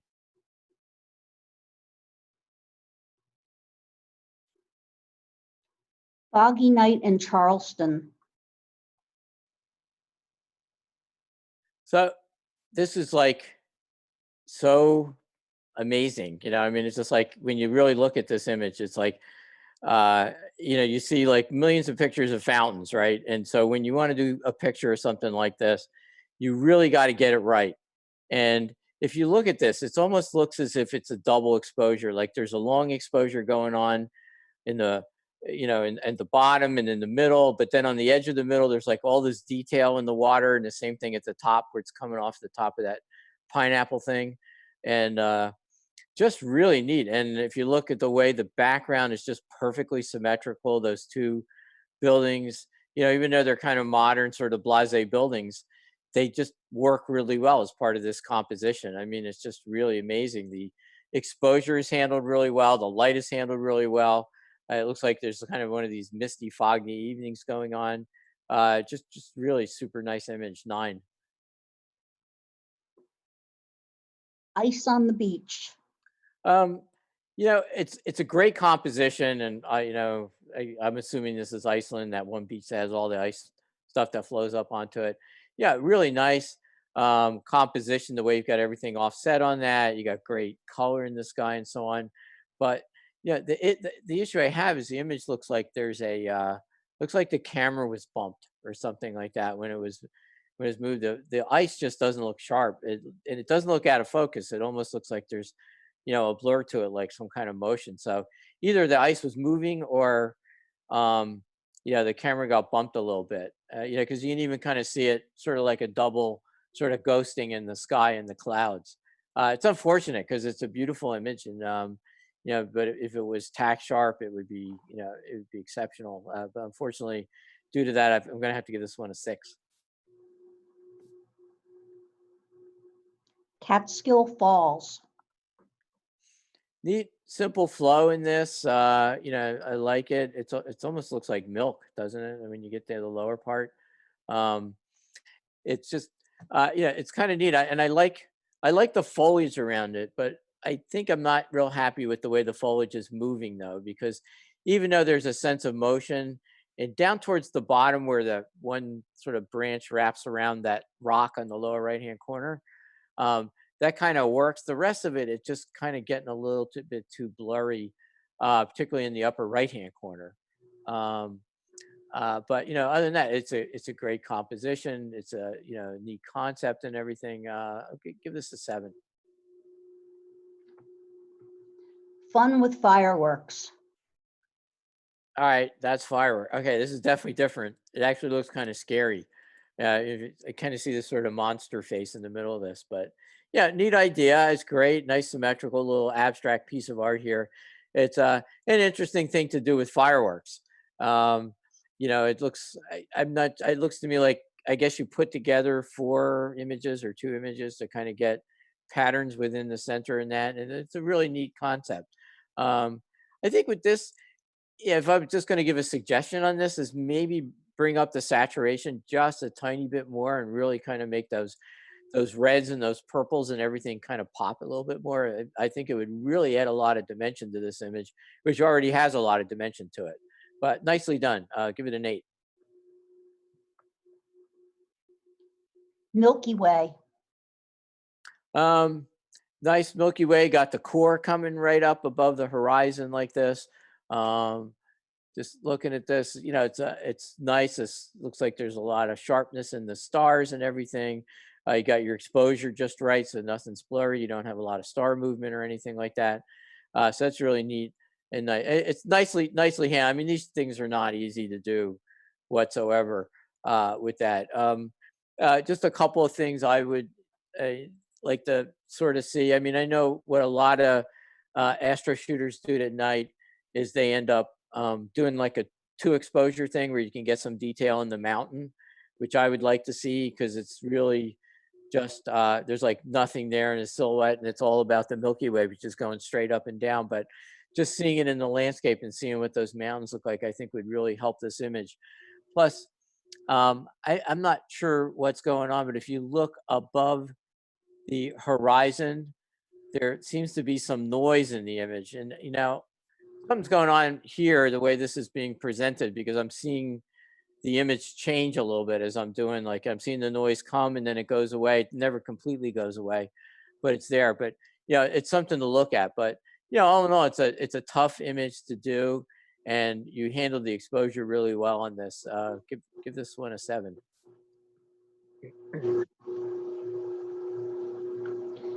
Powwow dancer. Neat idea on this. The fact that you've got this sort of motion blur going on around the dancer, and yet her face is nice and sharp, and you know, which is really what we want to see with that. And I like your low camera angle too. I think it really adds a lot to this. I think it's really handled really well. I'm not sure if maybe a tighter crop might work on this. I'd like the way the trees are kind of making a circle around the dancer, but where I think I'm having a couple of issues just because it's getting really busy is where the other dancers are behind this dancer. There's just this sort of mishmash of colors because you're doing your motion blur and everything like that. And I get there's not much you can do about that, but still great image, great idea, and really well handled. Give this an 8. Center City at night. Really very cleanly handled image. You know, it's kind of a, you know, this is one of these images, you see this a lot. I mean, you know, living in the area, you see a lot of, and I live closer to Philly than you guys do. So I see a lot of Philly photos. And this one's really nice, you know, where you're standing on the bridge, you caught, you know, you put yourself in a nice spot. You've got nice sort of separation between the edge of the image and the buildings that are right on the edge like that. I like the, I like the concept of that you've got sort of a little bit of blur and not a lot of blur in the cars. You know, I mean, this would work really well if you had just lights that went all the way across the road, but this kind of works too as well. I used to not like these kind of things, but then I started liking them more and more when I started seeing more and more people doing creative stuff with it. And I think that, yeah, it works here. It's a really nicely done image, and the sky really helps us as well. Any other kind of sky, if it's just a plain blue sky or something like that, this image wouldn't be as strong, but that sky adds a lot of texture. I don't know if you replace the sky or not. I don't really care. It's just really, you know, it's just a really well handled cityscape. Give this an 8. The Palace. Neat. I love the fact it has this sort of this, you know, coronavirus lockdown thing feel to it, because, you know, there's like nobody out here. You know, here you got this theater, you know, place people want to go see a movie, but now you can't go see a movie, you know, unless you're watching on Netflix because we're the social distancing and everything. The only thing I can say about this image is one is it'd be nice if you're a little further away, because the edge of the building, I mean, this is a really interesting building, and the edges of the building on the right hand side and the top where the tower is are just you know, they're just a little bit too close to the edge. Also, with architectural stuff like this, you got to be really careful about your verticals. You know, you want to see, you know, building, I mean, when you point your camera up like this, it tends to distort your vertical parts, because, you know, you're looking up and you get that kind of you get that kind of effect, like, you know, a perspective effect. And on this, I think it would have really helped if this was straightened out. You know, one of the things, you know, I've heard other architectural photographers speak, you know, talk about this, but we had one at our club recently who said that it's like one thing when you're doing an image like this is to leave a lot of room around it, so when you go to fix your perspective, you don't run out of space, or your image isn't running you off, you know, off the edge. Your building's not running off the edge of your picture. Give this a 7.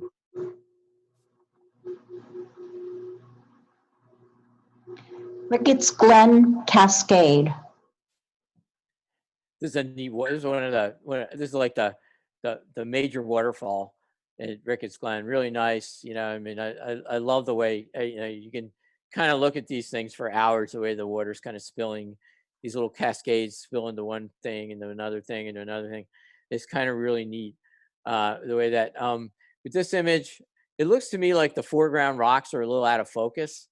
But the other thing, I think this is another image where backing up a little bit might have helped, because the top of the falls are going right off the top of the photo. And I really would like to see a little bit more room above there, because the rocks tend to frame this waterfall really nicely. Give us a 7.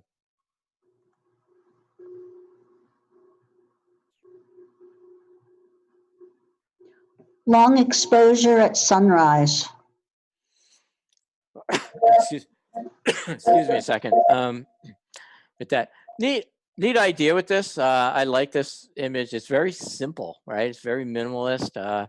Real simplicity. The light is just really spectacular on this.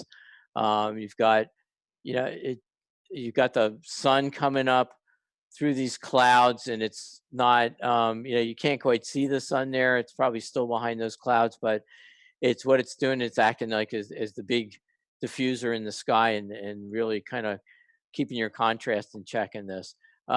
Just really, really nicely handled. Beautiful image. I kind of like the coloring on this. It almost looks like it's a little off, but it kind of works for me anyway, just because of the misty feel of this whole thing. You know, just really, really nicely done. There does look like there's a bow on the horizon. If you look at it, it almost looks like it's, you know, you shot this with a very wide angle lens. And when you're pointing your lens down like that, you can get that kind of distortion in there. And that's another thing that's easy to fix. I mean, it's almost a button push in Lightroom or Adobe Camera Raw or something like that, where you, you know, you can straighten those types of things out. But all in all, great image. And just because it's such a strong image, I'll give this an 8. Ricketts Glen. Ricketts Glen. Yeah, you can't do long exposure without having Ricketts Glen. I was starting to wonder about you guys. So this is another one of those neat waterfalls, because it's kind of like you get a double whammy here, which is really neat.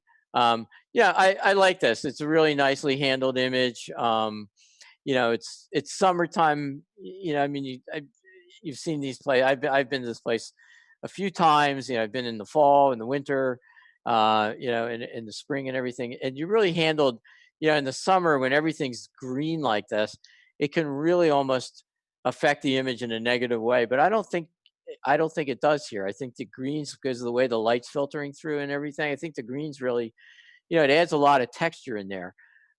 There is something in the background in the top center. It looks almost like there's, I'm not exactly sure what it is. Like that's a piece of equipment or something. There's like this orange thing back there. I'm not exactly sure what that is, but probably I would have cloned that out, I would think, in an image like this, just to kind of, you know, make it a little bit more natural looking. Again, I'm not sure what that is, but I would like to not see it there. But still, great image, nicely handled. I love your angle. I love the way you dealt with the light on this thing. I will give this. Yeah, there's actually another thing, just if I can point out, in the upper left-hand corner, there's like a blurriness up there, and I'm not exactly sure what that is. But it's, I'm not, I don't know if that's a water drop on the lens or what it is, but it's just something that's kind of, again, shouldn't be there. I'll give this a 7.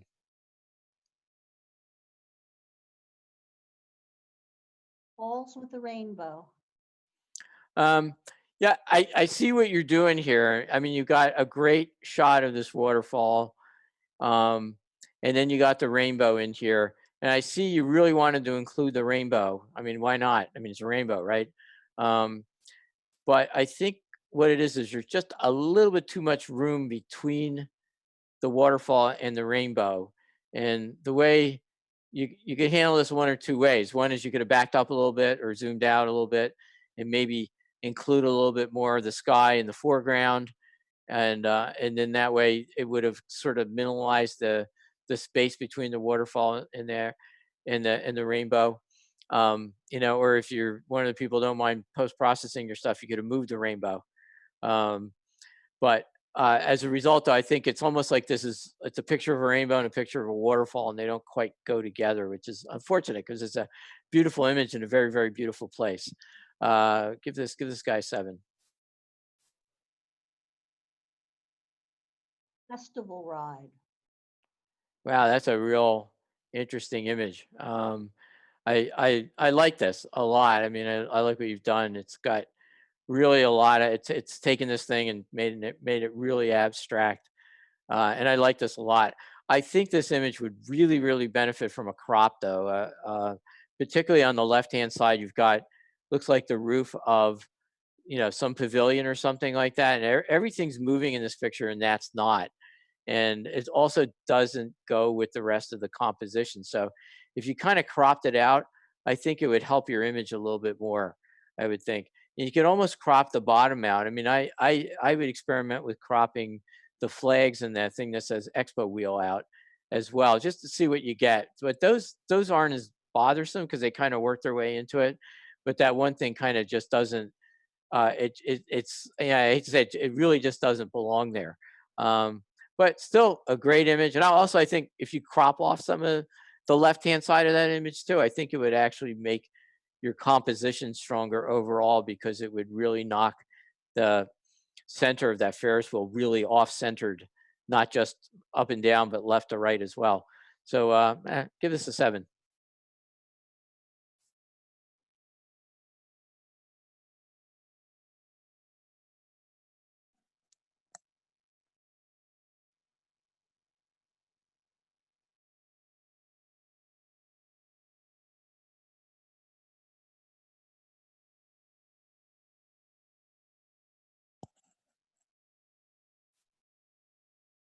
Okay, so the fountain is going to be first place and the waterfall will be second. And I'm not hearing anybody, so.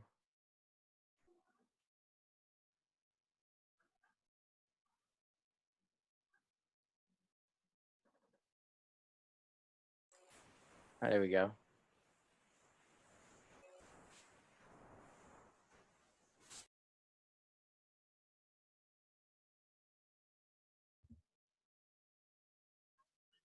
Can you hear me now? Okay. Yes, yes. All right, so we have the fountain is first, correct? Yes. And then that's second. Correct. Okay. Somehow I got muted. I don't know how. Yeah, I knew what you were doing, but I couldn't hear you. Yeah. And now we have 4 8s. So we need a third and the 3 HMs. Yeah, there we go. So that's perfect. Yeah, I didn't do that on purpose, by the way. So there's that one, that one, that one, and that one. Oh boy. I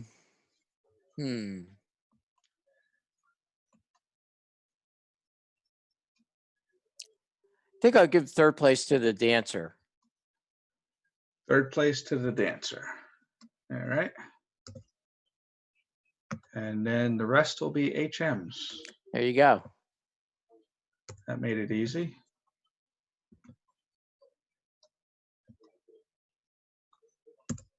And then we'll give you the difficult task of picking the best of show. Best of show, yeah. In a moment. Yeah, okay. I always hate that part because they're like such great images and have to pick which one's best. All right. So here we go, Debbie. Okey-dokes. Level 4 winners. Honorable mentions. Fun with Fireworks, Linda Heath. Congratulations.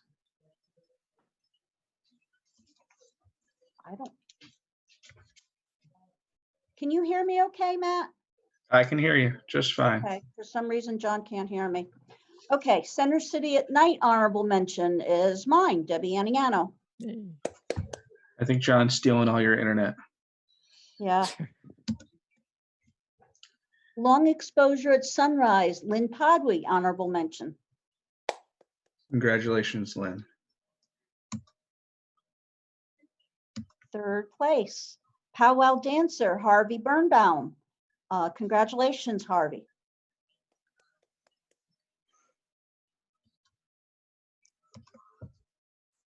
And second place, La Cueva del Esplendor is also mine, Debbie Aniano.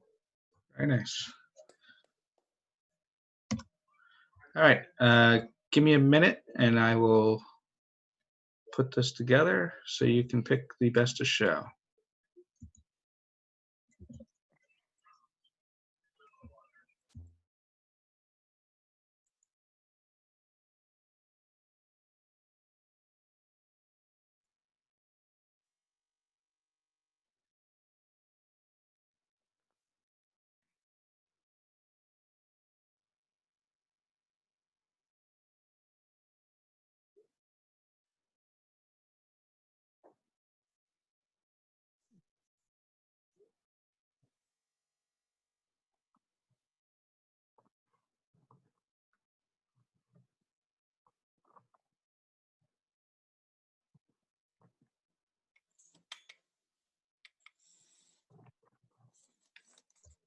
All right, we have the three groups.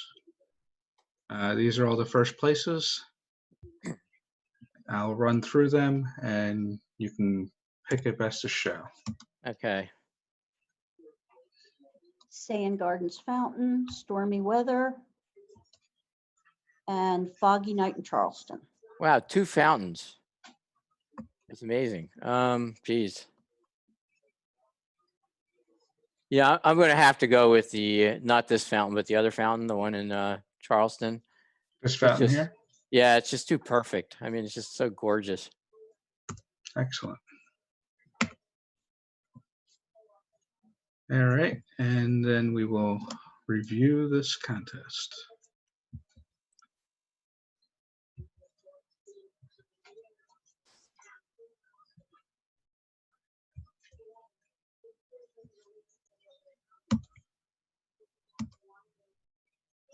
So Sane Gardens Fountain, I believe this is level 2, is Tom O'Rourke.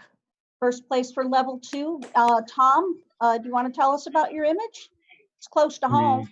Give me 1 second and I'll find Tom to unmute him. Oh, what did he call himself? Oh, there he is. Tom is unmuted. Oh, yeah, okay. Yeah, this is over at Sane Gardens. I just went over there. Probably used, I think it was a 9-stop. I stacked a bunch of neutral density filters together and came up with this, I think it was a 15-second exposure. So that's it. Excellent, Tom. Good job, Tom. Nice job. Thank you. And in level 3, Will Cook, Stormy Weather. Can you tell us about it, Will? Will, you should be unmuted. Yes, I am. Yeah, this is just from my backyard over the last couple of weeks. We've had some breezy days, and it was one of about 300 images that I had to take to try and get one that was half decent.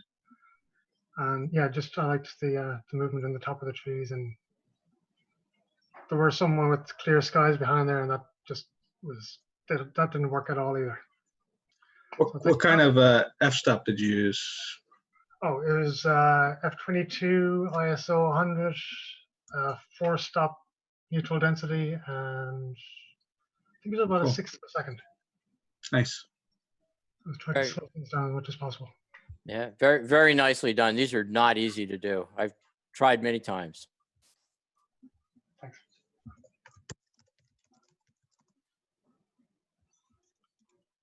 And our best of show. Joe Gilchrist, Best in Show, Foggy Night in Charleston from level 4. Beautiful, Joe. Can you tell us Joe, you about should be unmuted. Yeah, I'm unmuted now. Yes, you are. Yeah, actually, I was down in Charleston, and it was a foggy night. I took the fountain from a couple of different directions, and what this is one exposure, and it's actually, I used some flashes behind it, flashes off the side, and I've used light painted with the flash. I think it's about a 30-second exposure. Could you speak up a little bit, Joe? Having trouble hearing you. Could you repeat that? Did you hear me? Yes, just make sure you're closer to your mic. So what did you do?